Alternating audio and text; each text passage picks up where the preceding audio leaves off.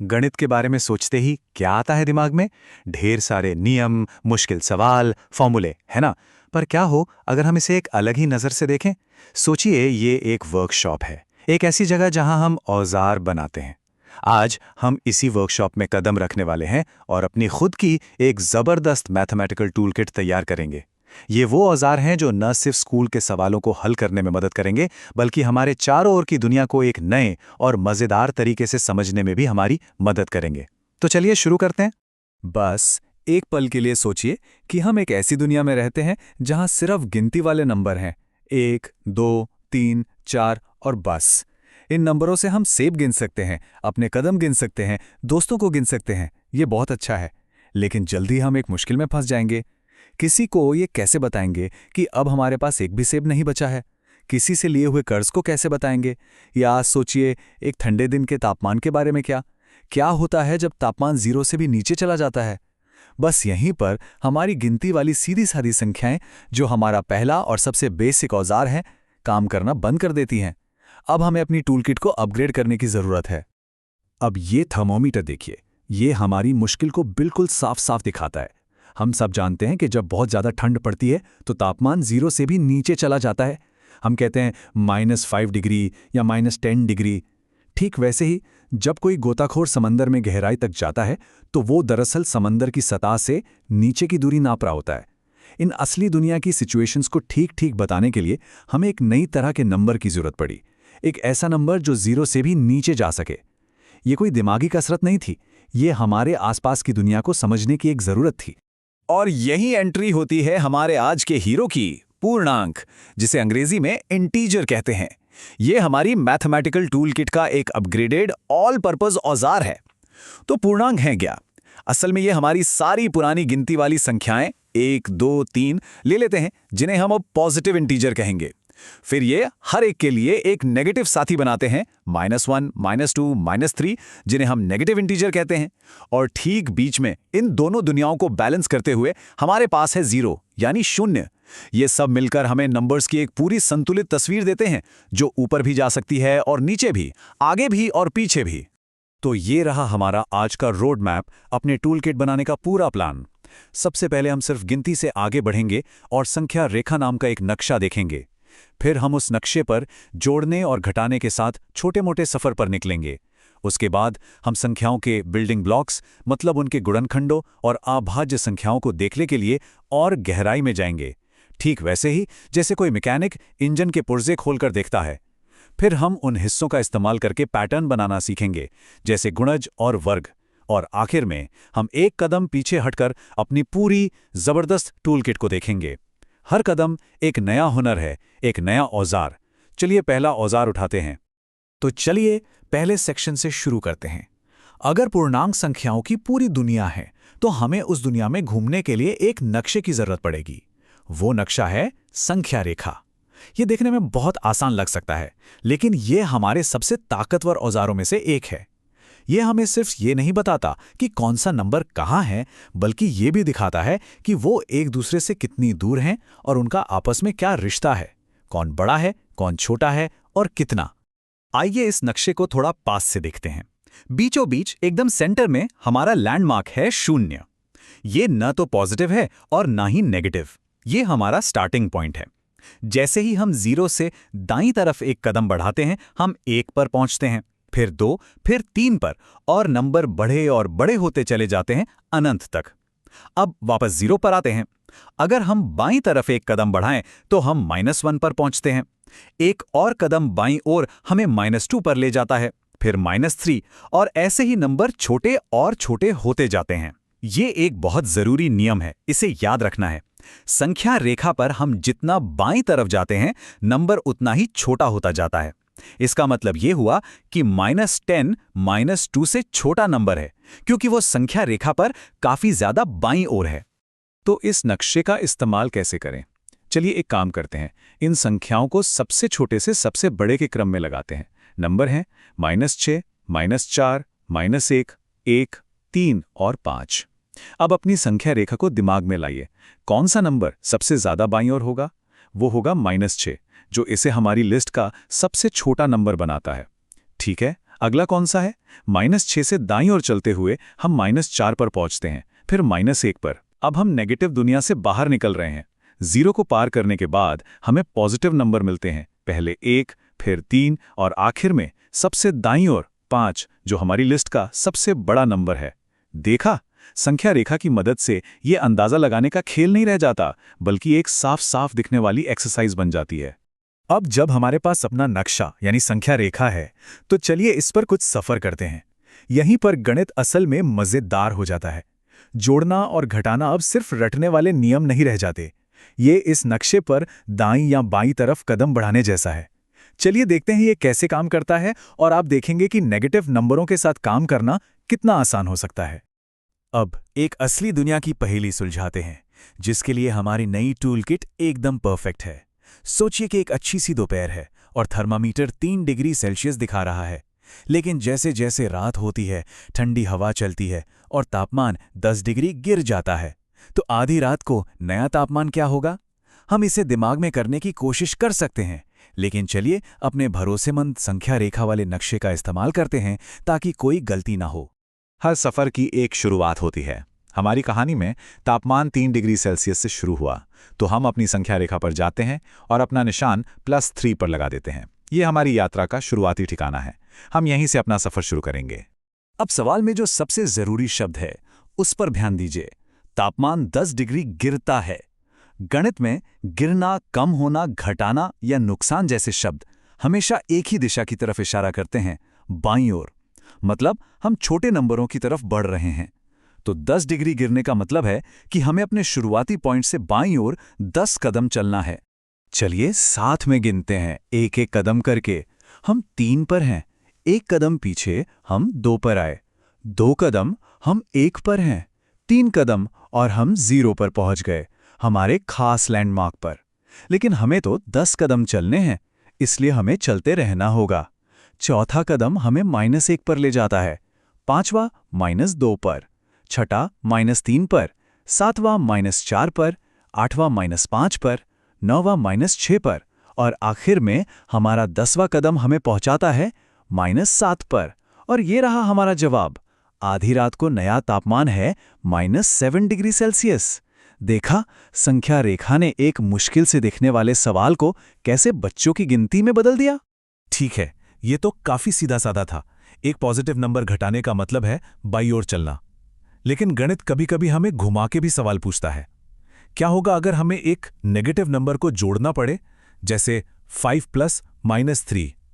यह सुनने में थोड़ा अजीब लग सकता है, लेकिन हमारा भरोसेमंद संख्या रेखा का नक्शा इसे भी आसान बना देगा। इस बात पर जरा गौर कीजिएगा, क्योंकि ये पूर्णांकों का एक सबसे जरूरी नियम है। किसी नेगेटिव नंबर को जोड़ना बिल्कुल वैसा ही है जैसा किसी पॉजिटिव नंबर को घटाना। दोनों का एक ही मतलब है, संख्या रेखा पर बाईं ओर चलना। तो 2 में -6 जोड़ना 2 में से 6 घटाने जैसा ही है। हम 2 से शुरू करते हैं, 6 कदम बाईं ओर चलते हैं और हम -4 पर पहुंच जाते हैं। ये एक बहुत काम का शॉर्टकट है।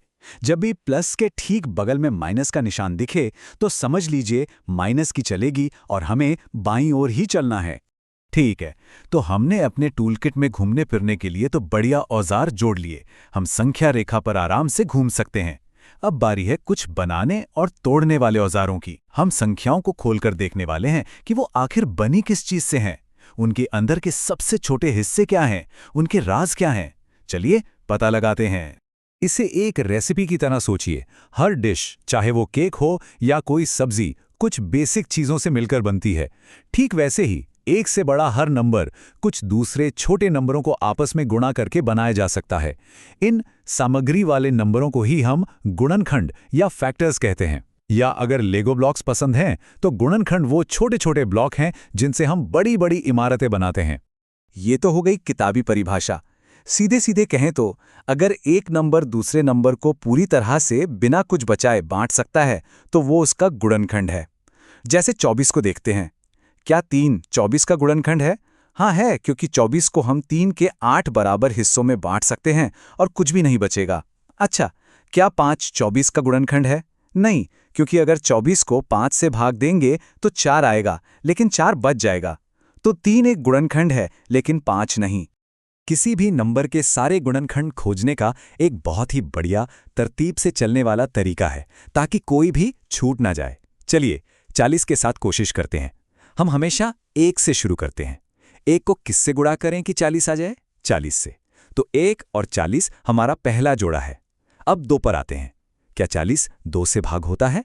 हाँ, 2 गुणा 20 होता है 40। तो 2 और 20 हमारा दूसरा जोड़ा है। 3 से? नहीं, 40 3 से भाग नहीं होता। 4 से? हाँ, 4 गुणा 10 होता है 40। अगला जोड़ा है 4 और 10। अब 5? हाँ, 5 गुणा 8 होता है 40। अगला जोड़ा है 5 और 8। 6? नहीं। 7? नहीं। और अब हम 8 पर पहुंच गए, जो हमारे पास पहले से ही है। जब नंबर बीच में ऐसे मिलने लगे तो समझ लीजिए कि हमने सारे गुणनखंड ढूंढ लिए हैं। ठीक है, तो हम नंबर्स को उनके गुणनखंडों में तोड़ सकते हैं। 12 को 3 और 4 में तोड़ सकते हैं, 40 को 5 और 8 में। पर क्या हम और भी आगे जा सकते हैं? क्या हम इन गुणनखंडों को और भी छोटे गुणनखंडों में तोड़ सकते हैं? सवाल ये है कि हम कब रुकते हैं। क्या कुछ ऐसे नंबर हैं जो सबसे बेसिक, सबसे मौलिक बिल्डिंग ब्लॉक हैं, ऐसे नंबर जिन्हें और तोड़ा ही नहीं जा सकता? हाँ, ऐसे नंबर्स होते हैं, और वो गणित की दुनिया के सबसे खास नंबरों में से हैं। इन्हें ही अभाज्य संख्याएं या प्राइम नंबर्स कहते हैं। ये नंबरों की दुनिया के परमाणु हैं, पदार्थ के सबसे छोटे कण जिन्हें और नहीं तोड़ा जा सकता। एक अभाज्य संख्या की परिभाषा यही है कि उसके सिर्फ 2 गुणनखंड होते हैं, एक तो 1 और दूसरा वो खुद। बस, आप उसे और नहीं तोड़ सकते। 2, 3, 5, 7, 11 ये सब अभाज्य हैं। और एक मजेदार बात, 2 ही एकमात्र ऐसा सम यानी इवन नंबर है जो अभाज्य है। बाकी सारे सम नंबर 2 से भाग हो जाते हैं, इसलिए उनके 2 से ज्यादा गुणनखंड होते हैं। तो इन अभाज्य परमाणुओं को हम ढूंढते कैसे हैं? आज से 2000 साल से भी पहले एक यूनानी गणितज्ञ एराटोस्थेनीस ने एक बहुत ही अनोखा तरीका खोजा था, जिसे आज एराटोस्थेनीस की छलनी कहते हैं। ये अभाज्य संख्याओं को खोजने का एक खजाने का नक्शा है। देखिए ये कैसे काम करता है।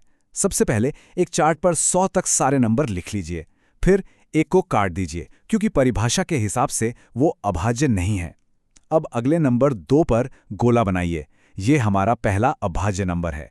फिर 2 के पहाड़े में आने वाले सारे नंबरों को काट दीजिए, 4, 6, 8, 10 ऐसे 100 तक।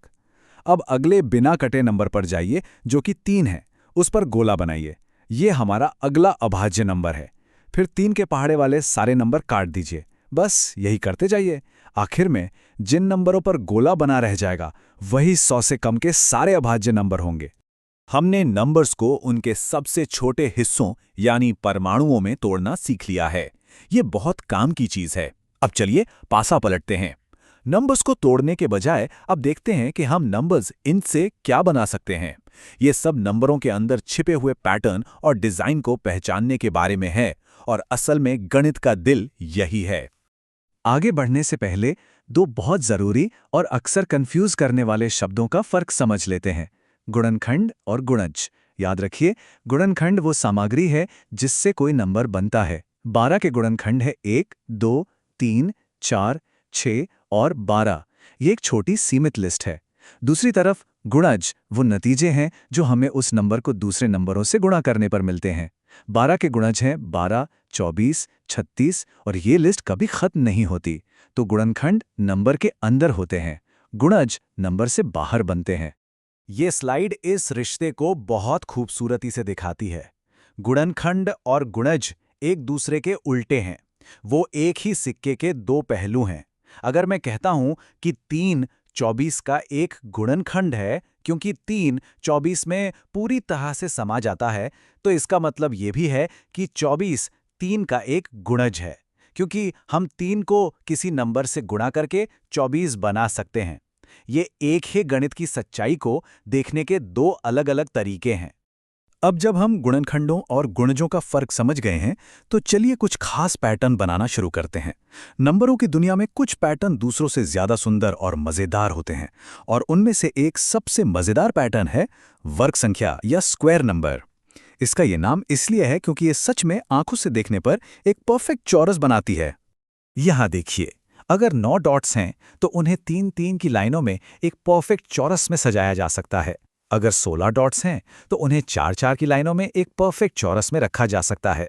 लेकिन अगर 10 डॉट्स हों तो उनसे एक परफेक्ट चौरस नहीं बन पाएगा। ये तस्वीर हमें ये समझने में मदद करती है कि इन नंबरों 1, 4, 9, 16, 25 वगैरह को वर्ग संख्या क्यों कहते हैं। ये सिर्फ एक नाम नहीं है, ये उनकी एक असली ज्यामितीय खूबी है। गणित जानने वालों को शॉर्टकट बहुत पसंद होते हैं, तो 4 गुणा 4 लिखने के बजाय हमारे पास एक छोटा तरीका है। हम 4 लिखते हैं और फिर उसके ऊपर दाहिनी तरफ एक छोटा सा 2 लिख देते हैं, जैसा कि यहाँ दिख रहा है। इसे पढ़ते हैं 4 का वर्ग या 4 स्क्वायर्ड। ये छोटा सा 2 कहता है इस नंबर को खुद से ही गुणा करो, तो 4 का वर्ग मतलब 4 गुणा 4 जो होता है 16। गणित में हर काम का एक उल्टा काम भी होता है। जोड़ने का उल्टा है घटाना, गुणा करने का उल्टा है भाग देना। तो वर्ग करने यानी स्क्वायर करने का उल्टा क्या है? अगर हम एक नंबर मान लीजिए 5 से शुरू करके उसका वर्ग 25 बना सकते हैं, तो क्या हमारे पास कोई ऐसा औजार है जो हमें वर्ग यानी 25 से शुरू करके उसकी असली भुजा की लंबाई यानी 5 बता सके? बिल्कुल, और उस औजार को कहते हैं वर्गमूल या स्क्वायर रूट। इसका निशान एक टिक मार्क जैसा दिखता है।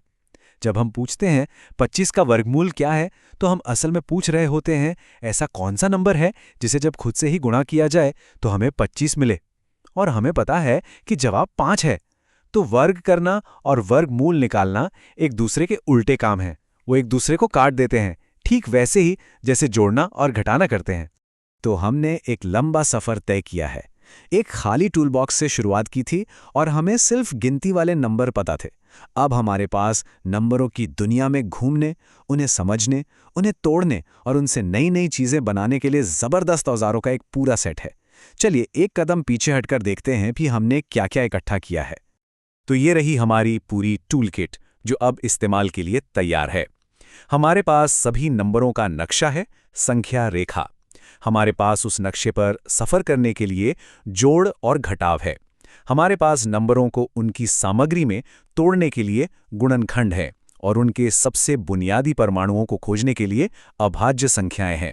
और हमारे पास सुंदर पैटर्न बनाने के लिए गुणज, वर्ग और वर्गमूल हैं।